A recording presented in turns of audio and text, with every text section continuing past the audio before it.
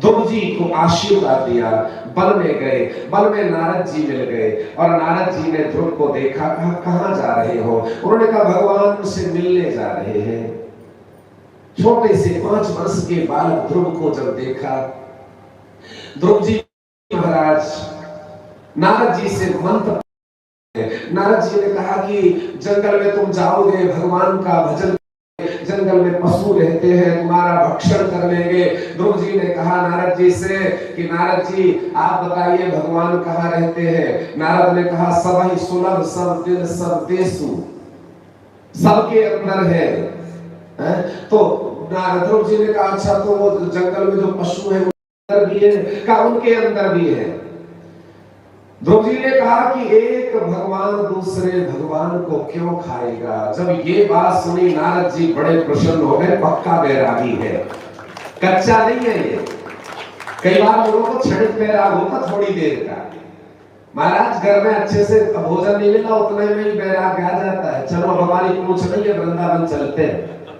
हाँ, और दादाजी ने उठाया थैला निकल गए, अब तो हमारी कोई मान सम्मान नहीं, वृंदावन चले, अब कोई मतलब नहीं है। तो पक्के बैरागी है जब ये समझ लिया और मंत्र दे दिया, मंत्र का आश्रय ले लिया। ओम नमो भगवते वासुदेवाय, ओम नमो भगवते वासुदेवाय, ओम नमो भगवते वासुदेवाय, ओम नमो भगवते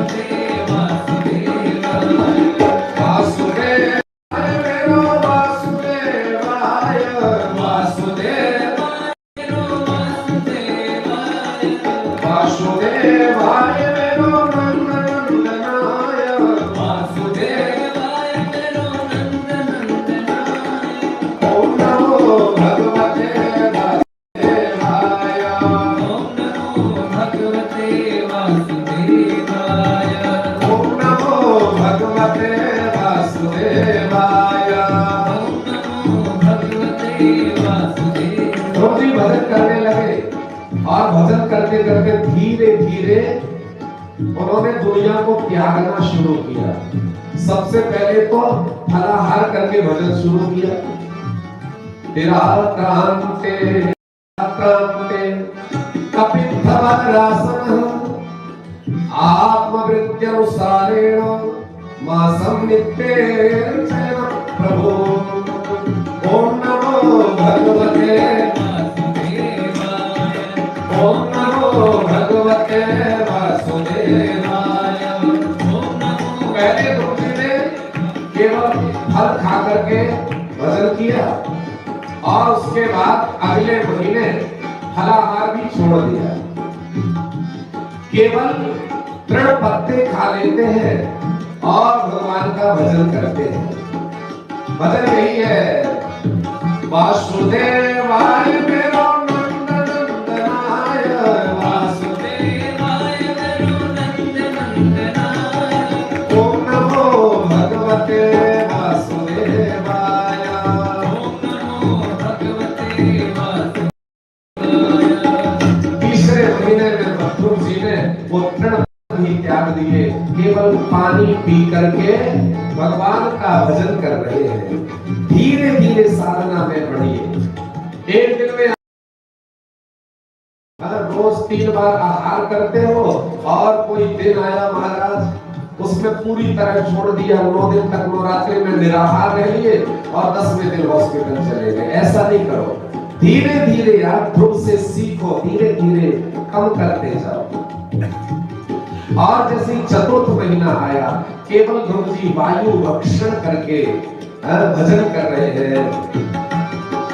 वासुदेवाय मेरो नंदनंदनाय, वासुदेवाय मेरो नंदनंदनाय, ओम नमो भगवते वासुदेवाय, ओम नमो भगवते वासुदेवाय। आके ही ध्रुव जी ने वायु को भी त्याग दिया, श्वास को भी जीत लिया। जो प्रातः काल सुन रहे थे, जितना श्वास को साधा, रोका, तीनों लोक की श्वास रुक गई। देवता घबराए, भागने लगे, ब्रह्मा जी के पास गए। ब्रह्मा जी भगवान नारायण के पास गए कि ये सब क्या हो रहा है। पता चला कि ध्रुव की साधना के कारण ध्रुव ने श्वास को रोका है, इसलिए दुनिया की वो ऑक्सीजन रुक गई है। देवता आए ध्रुव के पास और कहा कि परम ब्रूहि, पर ध्रुव की आंखें न खुली। ब्रह्मा जी आए, उन्होंने भी कहा आंखें न खुली। अंत में भगवान नारायण आए, भगवान नारायण ने भी यही कहा कि परम ब्रूहि, परंतु आंखें नहीं खुली। कारण क्या है? जिन भगवान को पाने के लिए ध्रुव साधना कर रहे हैं और ध्यान कर रहे हैं, वे भगवान सन्मुख प्रकट हो गए, तथापि ध्रुव की आंखें नहीं खुल रही है। कारण है कि उन भगवान को ध्रुव जी ने अपने हृदय में देख लिया है। वे भगवान ध्रुव जी के हृदय में प्रकट हो गए हैं, इसलिए बाहर की आवश्यकता नहीं है। भगवान ध्रुव के सामने खड़े हैं। अब ये बात आती है, ये यथा नाम प्रपद्यन्ते तांस तथैव भजाम्यहम्। भगवान ने जो कहा है, जो मेरा ध्यान करता है मैं उसका ध्यान करता हूँ, और यहाँ सार्थक हो गया, क्योंकि ध्रुव जब आंखें नहीं खोले तो भगवान ने ध्रुव का ध्यान किया। क्या बात! भगवान ने ध्रुव का ध्यान किया कि आखिर ये आंख क्यों नहीं खोल रहा है। ध्यान करके देख लिया, इसने मुझे अपने हृदय में पा लिया, इसलिए क्यों आंखें खोलेगा। भगवान ने कहा अच्छा, तो भक्त से मिलने के लिए भगवान ने क्या किया, अपना जो हृदय में ध्रुव के हृदयगत जो स्वरूप था उसे आकर्षित किया, और जैसे ही हृदय में भगवान जो प्रकट थे, वे जब अंतर्धान हो गए, ध्रुव झटपटा करके आंख खोलता है और सामने भगवान को देखता है। बोलिए सच्चिदानंद भगवान की। ओम नमो भगवते वासुदेवाय। ओम नमो भगवते वासुदेवाय। ओम नमो भगवते वासुदेवाय।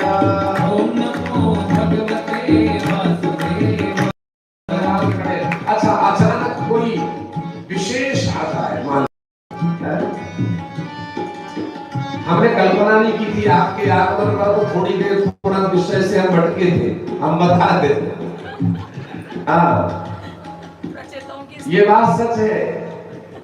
तो महाराज, अगर कोई अचानक कोई विभूति प्रकट हो जाए तो आप क्या प्रार्थना करोगे? क्या याद रह पाएगा? कुछ पाओगे?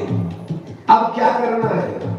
जिन भगवान के लिए आप तैयारियां करके बैठे हो, वो भगवान सच में अगर प्रकट हो जाए तो आपको याद रहेगी वो वाले मंत्र जो आपने पहले से याद करके रखे हैं। कौन सी स्तुति करनी है, और अचानक आपके बीच ही भगवान आ जाए मान लो, तो आप लगेगा आप करना क्या है? ऐसा ही ध्रुव के साथ घट गया। भगवान को देखा, अब ध्रुव एकदम चकाचौंध में है, देख रहे हैं, केवल आंखों से आंसू ले रहे, रो रहे हैं, और भगवान भी दर्शन दे रहे हैं। भगवान की कुछ प्रार्थना करनी है ध्रुव को, कुछ श्लोक याद किए होंगे, ये वाले श्लोकों से का मैं मनाऊंगा, सब भूल गए। अब क्या करें? ध्रुव जी केवल देख रहे हैं, ऐसे कुछ खो गए हैं। भगवान भी ध्रुव को देख रहे हैं, मुस्कुरा रहे हैं, ध्रुव रो रहा है। भगवान की इच्छा है कुछ प्रार्थना कर लो, पर ज्ञान नहीं है। भगवान ने अपना वरद हस्त रख दिया ध्रुव के शीश पर, ज्ञान के भंडार हो गए। और तब जब ज्ञान प्रकट हुआ, ध्रुव जी भगवान की स्तुति करने लगे। योगितः प्रविश्य मम वाचमिमां प्रसुप्तां संजीवयत्वखिलसा विधरस्वधाम् अन्यास्तहस्तचरणश्रवणत्वगादि प्राणान् नमो भगवते पुरुषाय तुभ्यम्। ओम नमो भगवते वासुदेवाय।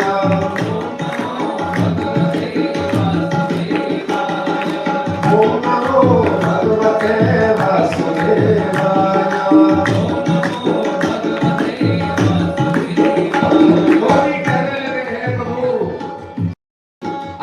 दर्शन होते ही जो मेरी वाणी अवरुद्ध थी, आपने मेरी वाणी को अलंकृत कर दिया, मेरी वाणी को सजा दिया। हे प्रभु, मेरा ये मन आपके चरणों में हो जाए।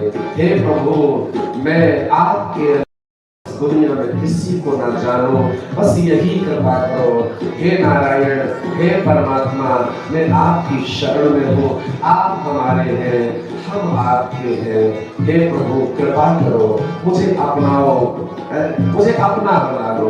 मुझे इसका गम नहीं है कि बदल गया जमाना, मेरी जिंदगी के ठाकुर, कहीं तुम बदल न जाना, तुम मेरे बने रहना, बस यही दे दो। भगवान ने कहा कुछ मांग ले प्रभु। ध्रुव ने कहा प्रभु आप मिल गए हो, अब आपसे ज्यादा क्या मांग ले।